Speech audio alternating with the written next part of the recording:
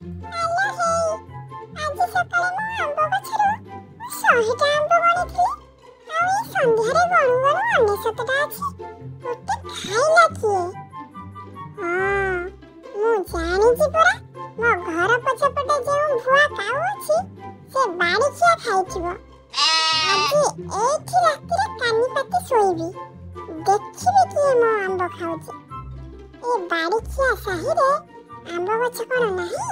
ତାଙ୍କ ଆଖିରେ ଏଇ ଗଛଟା ଖାଲି ନାଚୁଛି। କେତେ ସରାଗରେ ଶୁକୁଟା ବାପା ମୋ ପାଇଁ ଏ ଆମ୍ବ ଗଛଟି ଲଗେଇ ଯାଇଛନ୍ତି। ଆଜି ଯଦି ସିଏ ଏଠି ଥାନ୍ତେ, ତାହେଲେ ସେ ବାଡ଼ିଖିଆ ଭୁଆ କାଉକୁ କଷିକି ପାନେ ଦେଇଥାନ୍ତେ। ରାତି ହେବାକୁ ବସିଲାଣି, ଲାଗୁଛି ଜଗୁଣିଖିଆ ଭୁଆ କାଉ ଘରେ ନିଦରେ ଶୋଇଥିବ ବୋଧେ। ନା ନା ନା, ତାକୁ ବିଶ୍ୱାସ ନାହିଁ।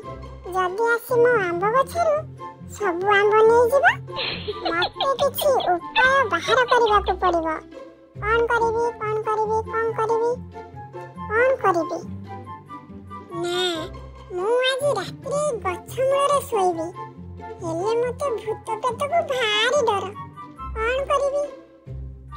ଆଲୋ, କ'ଣ ବାଡ଼ି ପଛପଟେ କ'ଣ ଗୋଟେ ଖଡ଼ ଖଡ଼ ଶୁଭୁଛି ନା କ'ଣ? ଲାଗୁଛି ତନୁ ପାତଳି ବାସନ ମାଜୁଛି ବୋଧେ।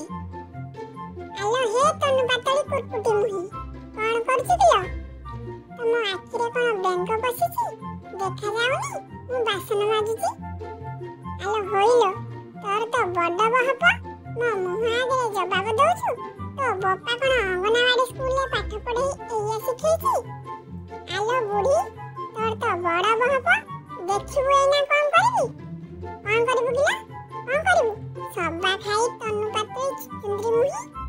ରହଲ ଉପୁଣି ମୁଣ୍ଡି ବୁଢ଼ୀ, ତୋ ଆମ୍ବ ଗଛରୁ ଯଦି ସବୁ ଆମ୍ବ ତୋଳି ତୋ ମୁହଁକୁ ନ ମାଡ଼ି ଦେଇଛି ତୋ ମୁହଁରେ, ମୋ ନାଁ ତନୁ ପାତଳି ନୁହେଁ।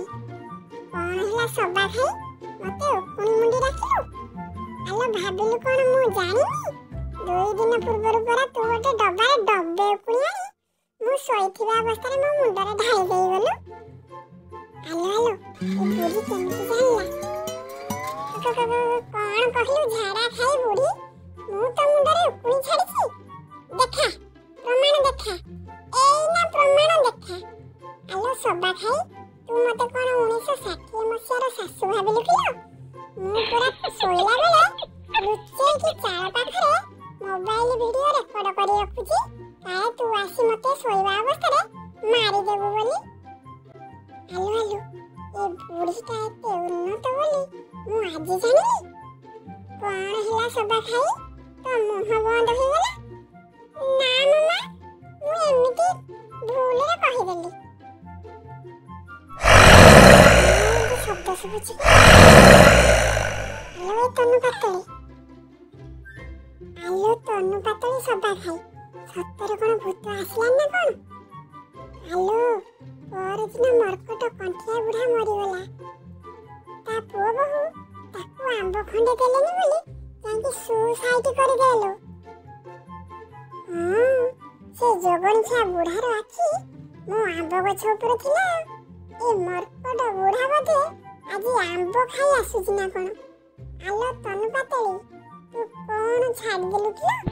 ନା ମାମା, ଡରରେ ମୋର ଟିକେ ଝାଡ଼ା ହେଇଗଲା। ଆଲୋ ଏ ଶୁକୁଟି, ତୁ ଯଦି ଏଇ ସଙ୍ଗେ ସଙ୍ଗେ ତୋ ଆମ୍ବ ଗଛରୁ ସବୁ ଆମ୍ବ ତୋଳିକି ମତେ ନ ଦେଇଛୁ, ତାହେଲେ ମୁଁ ତ ଅବସ୍ଥା କ'ଣ କରିବି ତୁ ନିଜେ ଜାଣିନୁ।